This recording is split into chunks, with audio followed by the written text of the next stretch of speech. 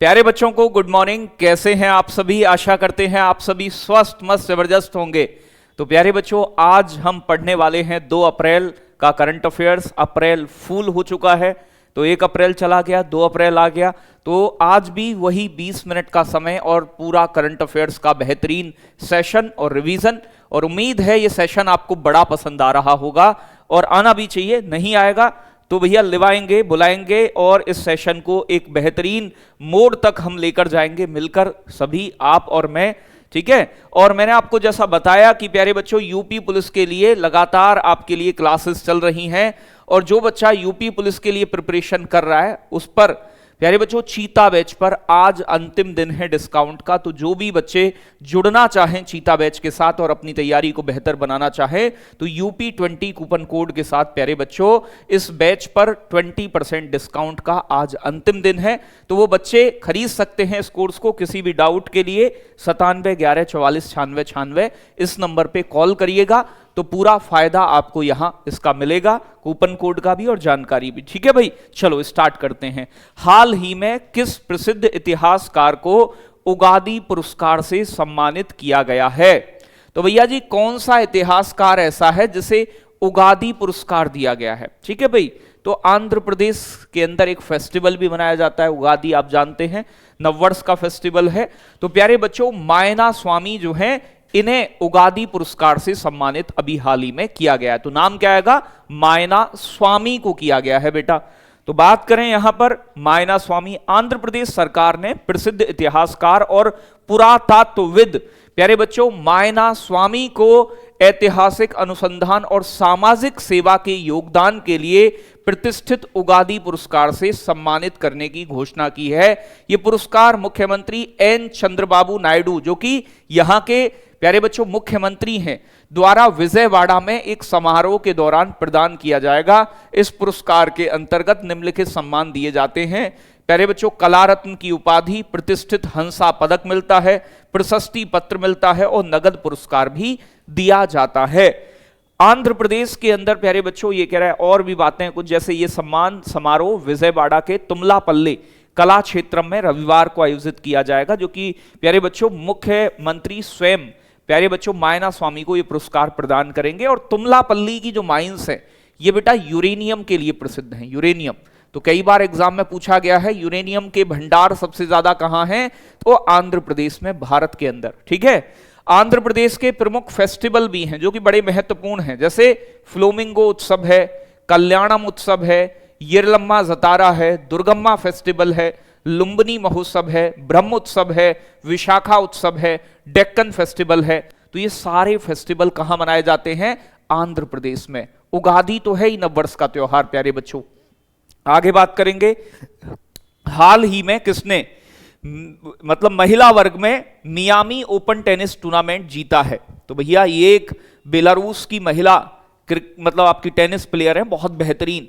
तो अभी मियामी पुरुष वाला मैंने कल आपको कराया था, महिला वर्ग में मियामी प्यारे बच्चों ओपन टेनिस टूर्नामेंट किसने जीता है? तो सही जवाब आएगा आर्यना सबालेंका। आर्यना सबालेंका कहां की हैं? प्यारे बच्चों बेलारूस की। तो आर्यना सबालेंका बेलारूसी पेशेवर टेनिस खिलाड़ी हैं और विश्व की नंबर 1 टेनिस खिलाड़ी भी इन्हें कहा जाता है। ये आर्यना सबालेंका ने मियामी ओपन 2025 का खिताब जीता है। प्यारे बच्चों, इन्होंने और भी, जैसे कि कुल अगर WTA खिताब की बात करें तो 19 जीते हैं, WTA 1000 खिताब बेटा 8 जीते हैं, ग्रैंड स्लैम के खिताब इन्होंने 3 जीते हैं अब तक। ऑस्ट्रेलियाई ओपन, इंडियन वेल्स और मियामी ओपन के फाइनल में पहुंचने वाली केवल वो तीसरी महिला बनी हैं। मियामी ओपन टेनिस टूर्नामेंट में चेक खिलाड़ी, चेक गणराज्य के जैकब मेंसिक ने पुरुष एकल में फाइनल में प्यारे बच्चों नोवाक जोकोविच को हराया है। तो पुरुष एकल का खिताब किसने जीता है? जैकब मेंसिक, जो कि चेक गणराज्य के हैं। आर्यना सबालेंका बेलारूसी खिलाड़ी ने प्यारे बच्चों महिला एकल का खिताब जीता है। तो यह चीज बड़ी महत्वपूर्ण हो जाती है। राष्ट्रमंडल महासचिव का पद प्रथम बार किस अफ्रीकी महिला ने संभाला है? तो भैया जी यहां पर एक ही नाम अफ्रीका का दिख रहा है आपको, प्यारे बच्चों शर्ली बोचवे। शर्ली बोचवे ने राष्ट्रमंडल महासचिव का पद जो है वो पहली बार संभालने वाली अफ्रीकी महिला बन गई हैं। प्यारे बच्चों, तो सरबी बोचवे राष्ट्रमंडल के 7वें महासचिव के रूप में पदभार ग्रहण करेंगी। वह इस पद पर आसीन होने वाली अफ्रीका की पहली महिला हैं। उन्होंने डोमिनिका की, प्यारे बच्चों, पैट्रिसिया स्कॉटलैंड की जगह ली है। तो जो डोमिनिका की जो पैट्रिशिया स्कॉटलैंड है, राष्ट्रमंडल के सचिव पद संभालने वाली पहली महिला थी। ये दूसरी महिला होंगी, लेकिन अफ्रीका की पहली महिला हैं शर्ली बोचवे। प्यारे बच्चों, 1929 की बैठक में ब्रिटिश राष्ट्रमंडल राष्ट्रों का गठन किया गया, जो ब्रिटेन के कभी अधीन थे। 1947 में भारत की स्वतंत्रता के बाद 1949 में लंदन में राष्ट्रमंडल प्रधानमंत्रियों की बैठक आयोजित की गई थी। इसके सदस्य देश इस समय 56 हैं। 4 देश मोजाम्बिक, रवांडा, गैबोन, टोगो कभी ब्रिटिश साम्राज्य के सदस्य रहे नहीं हैं। इसका मुख्यालय राष्ट्रमंडल राष्ट्रों का बच्चों कहां है? लंदन, ब्रिटेन में, यूनाइटेड किंगडम में। ठीक है भाई। अगर मैं बात करूं यहां प्यारे बच्चों आपसे, हाल ही में, इसे हटाओ यहां से, हाल ही में किस भारतीय हॉकी आइकन ने संन्यास की घोषणा की है? तो कौन सी हॉकी खिलाड़ी है महिला ऐसी जिसने अभी हाल ही में संन्यास का जिक्र किया है? तो सही जवाब आएगा वंदना कटारिया ने हाल ही में संन्यास की घोषणा की है। तो बेटा वंदना कटारिया, भारतीय महिला हॉकी की दिग्गज खिलाड़ी वंदना कटारिया ने आधिकारिक तौर पर अंतरराष्ट्रीय हॉकी से संन्यास लेने की घोषणा की है। इसके साथ ही 15 साल से अधिक लंबे उनके शानदार करियर का अंत हो गया। 320 अंतरराष्ट्रीय मैचों के दौरान उन्होंने 158 गोल के साथ वंदना भारतीय हॉकी खिलाड़ी, मतलब हॉकी के इतिहास में सबसे अधिक मैच खेलने वाली भारतीय खिलाड़ी बन गई हैं। 32 वर्षीय वंदना 2009 में सीनियर टीम में पदार्पण किया गया था। प्यारे बच्चों, हॉकी से संबंधित कुछ अन्य ट्रॉफियां यहां बात करने वाले हैं हम। जैसे बॉम्बे गोल्ड कप किससे संबंधित है? हॉकी से। जैसे Agha Khan Cup, Beighton Cup, Dhyanchand Trophy, Lady Ratan Tata Trophy, Nehru Trophy, Rangaswami trophy, Scindia trophy या सिंधिया कप, ये सभी आपके हॉकी से संबंधित बेटा कप और ट्रॉफी हैं। कई बार एग्जाम में आ जाता है, तो पता होना चाहिए Bombay Gold Cup, Agha Khan Cup, Beighton Cup, Dhyanchand Trophy, Lady Ratan Tata Trophy, Nehru Trophy, Rangaswami trophy, Scindia trophy, ये सभी हॉकी की हैं। हाल ही में किस राज्य ने आइजोल में वर्ष भर चलने वाला प्यारे बच्चों आपका हनात लांगपुई उत्सव जो है या अभियान है एक प्रकार का, ये शुरू किया है? जो बच्चों आपका हनात लांगपुई जो अभियान है, हनात लांगपुई अभियान स्वच्छता से जुड़ा है, साफ सफाई से जुड़ा हुआ अभियान है, और यह आइजोल में शुरू हुआ है। वर्ष भर चलेगा, साल भर। तो बच्चों ये आपका हनात लांगपुई अभियान, अब आइजोल किसकी बेटा? मिजोरम की राजधानी है आइजोल। तो बच्चों सही जवाब होगा मिजोरम के आइजोल में 1 वर्ष तक चलने वाला स्वच्छता अभियान प्यारे बच्चों हनात लांगपुई शुरू किया गया है। यह राज्यव्यापी स्वच्छता अभियान है प्यारे बच्चों, जिसका नाम हनात लांगपुई रखा गया है। यह अगले साल मार्च तक चलेगा। हनात लांगपुई शहरी विकास और गरीबी उन्मूलन विभाग, आइजोल नगर निगम और सेंट्रल यंग मीजो एसोसिएशन के संयुक्त तत्वाधान में चलाया जा रहा है। तो ये 3 सोसाइटी मिलकर इसे चला रही हैं। यहां के मुख्यमंत्री कौन है? पू लाल दुहोमा। प्यारे बच्चों राज्यपाल वीके सिंह। यहां के प्रमुख त्योहार में चापचार कूट, मीम कूट, ठीक है ना भाई, थलफवांग कूट, एक है ल्यूवा खुटला और एक है खुदाओ कूट। तो भैया खुआदो कूट, खुआदो है, खुदाओ नहीं है। तो चापचार कूट, मीम कूट, थलफवांग कूट, प्यारे बच्चों ल्यूवा खुटला और खुआदो कूट, ये यहां के महत्वपूर्ण फेस्टिवल हैं। बिहार में किस जगह अगस्त में हीरो एशिया कप हॉकी 2025 की मेजबानी करेगा? तो कहां पर? तो बच्चों हीरो एशिया कप हॉकी का जो टूर्नामेंट है ये कहां होने जा रहा है? बिहार के राजगीर में आयोजित हो रहा है। बिहार के सीएम पलटू यानी कि अपने नीतीश चाचा, बिहार का राजगीर अगस्त में हीरो एशिया कप 2025 की मेजबानी करेगा।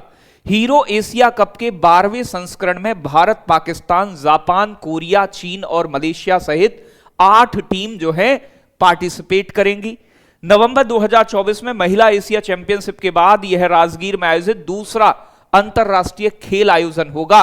इससे पहले महिला एशिया चैंपियंस ट्रॉफी भी यहां हो चुकी है, ठीक है, जिसमें भारत ही विजय हुआ था। बिहार के लोक नृत्यों की बात करें तो जाट जाटिन है, पवारिया है, विदेशिया है, कजरी है या कजारी जिसे बोलते हैं, बाखो बखेन है, सामा चकेवा या सामा चकेवा भाई बहन की कहानी, झिझिया, झूमर, सोहर, खिलौना।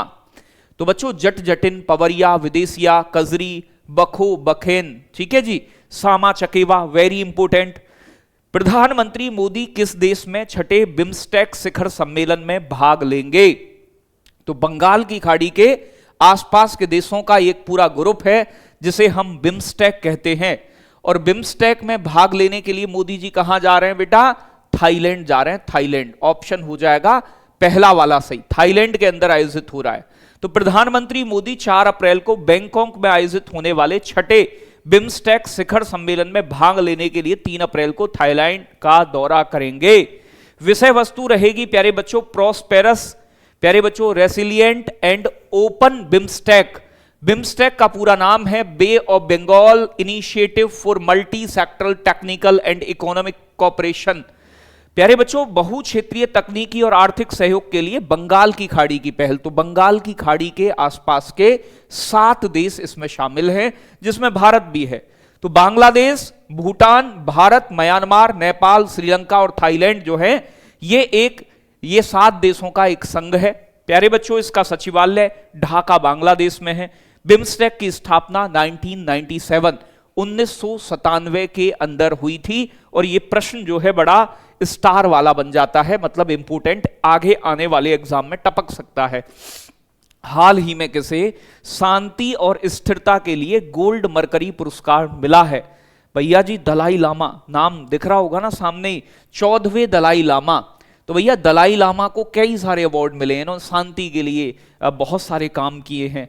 तो भैया क्या हो जाएगा सही जवाब? Option number B, Dalai Lama को गोल्ड मरकरी पुरस्कार दिया जा रहा है। तिब्बती आध्यात्मिक नेता जिनका नाम है तेंजिन ग्यांत्सो, तो तेंजिन ग्यांत्सो को 14वें दलाई लामा के रूप में भी जाना जाता है।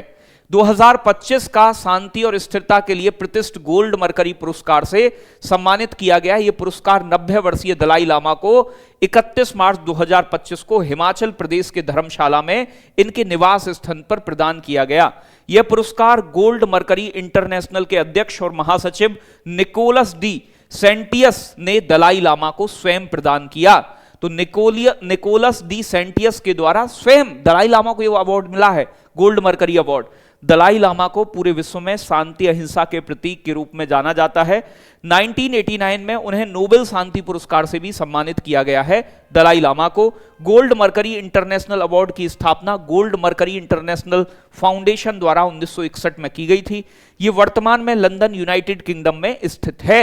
गोल्ड मरकरी इंटरनेशनल जो संगठन है यही गोल्ड मरकरी पुरस्कार देता है शांति के लिए और बाकी चीजों के लिए, पीस वगैरह रखने के लिए, ठीक है भाई। तो दलाई लामा को मिला है। हाल ही में किसने एशियाई कुश्ती चैंपियनशिप 2025 में एकमात्र स्वर्ण पदक जीता है? तो भैया जी अभी आपने हाल ही में सुना होगा कि प्यारे बच्चों एशियाई कुश्ती चैंपियनशिप का आयोजन हुआ है। भारत ने इसमें कुल मिला के 10 पदक जीते हैं। गोल्ड मेडल 1 मिला है, जो कि मिला है मनीषा भंवाला को, ठीक है ना भाई, भनवाला। तो मनीषा भनवाला को मिला है, ऑप्शन डी हो जाएगा गोल्ड मेडल। भारत ने 2025 के सीनियर एशियाई कुश्ती चैंपियनशिप में अपना अभियान 10 1 स्वर्ण 3 रजत और 6 कांस्य पदक के साथ समाप्त किया। मतलब टोटल 10 मेडल जीते, जिसमें से 1 गोल्ड था, 3 रजत थे यानी कि सिल्वर और 6 कांस्य थे ब्रॉन्ज मेडल, जिसमें मनीषा भंवाला ने भारत के लिए एकमात्र गोल्ड जीता है। सीनियर एशियाई कुश्ती चैंपियनशिप का 21वें संस्करण का आयोजन यूनाइटेड वर्ल्ड रेसलिंग द्वारा किया गया और इसकी मेजबानी जॉर्डन के अम्मान शहर में हुई। तो जॉर्डन की राजधानी अम्मान में 25 से 30 मार्च तक, यानी कि जो सीनियर एशियाई कुश्ती चैंपियनशिप है इसका 21वां संस्करण खेला गया। बहुत इंपॉर्टेंट चीज है ये, छपने वाली एग्जाम में, याद रखिएगा। कहां पर आयोजित हुआ? कुल पदक 10 जीते, जिसमें से 1 गोल्ड 3 सिल्वर और 1 ब्रॉन्ज था, ठीक है। मनीषा भंवाला ने गोल्ड जीता है। 3 रजत पदक जो जीते हैं रितिका हुड्डा ने महिला वर्ग में, उदित ने पुरुष वर्ग में फ्री स्टाइल में, दीपक पुनिया ने पुरुष फ्री स्टाइल में और 6 कांस्य पदक मिले हैं। इसमें अंतिम पंघाल मैंने पीछे ही बताया था आपको, मानसी, लाठर, मुस्कान, प्यारे बच्चों दिनेश, पुरुष दिनेश कुमार और नितेश ने 6 जो है आपके कांस्य पदक जीते हैं। यूनाइटेड वर्ल्ड रेसलिंग फेडरेशन जो है इसकी स्थापना 1921 में हुई थी, इंटरनेशनल एमेच्योर रेसलिंग फेडरेशन के नाम से। 1952 में इसका नाम बदलकर international federation of amateur wrestling यानी कि फीला कर दिया गया और फिर 2014 में इसका नाम वर्तमान यूनाइटेड वर्ल्ड रेसलिंग हो गया है।